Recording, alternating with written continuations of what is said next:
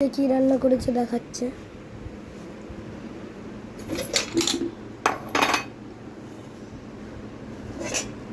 লাইটটা ধরা বাবু একটু। বন্ধুরা রোজকার মতন চলে আসলাম রান্না বান্না দেখে। দুপুরের মেনু কি রান্না করেছি আজকে দেখিয়ে দিচ্ছি, চলো তোমাদের। বন্ধুরা এখনো ভাত পুরো ভর্তি, এই যে ভাত এখনো ধুয়ে উঠছে, সব গরম গরম রান্না। বন্ধুরা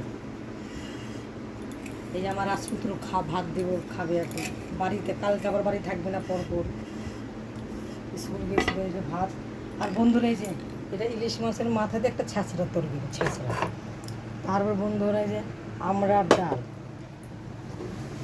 তারপর বন্ধুরা করেছি এখানে ছিল ইলিশ মাছের ভর্তা মাখা, ইলিশ মাছ দিয়ে ভেজে পেঁয়াজ টেজ এটা ভর্তা করেছি।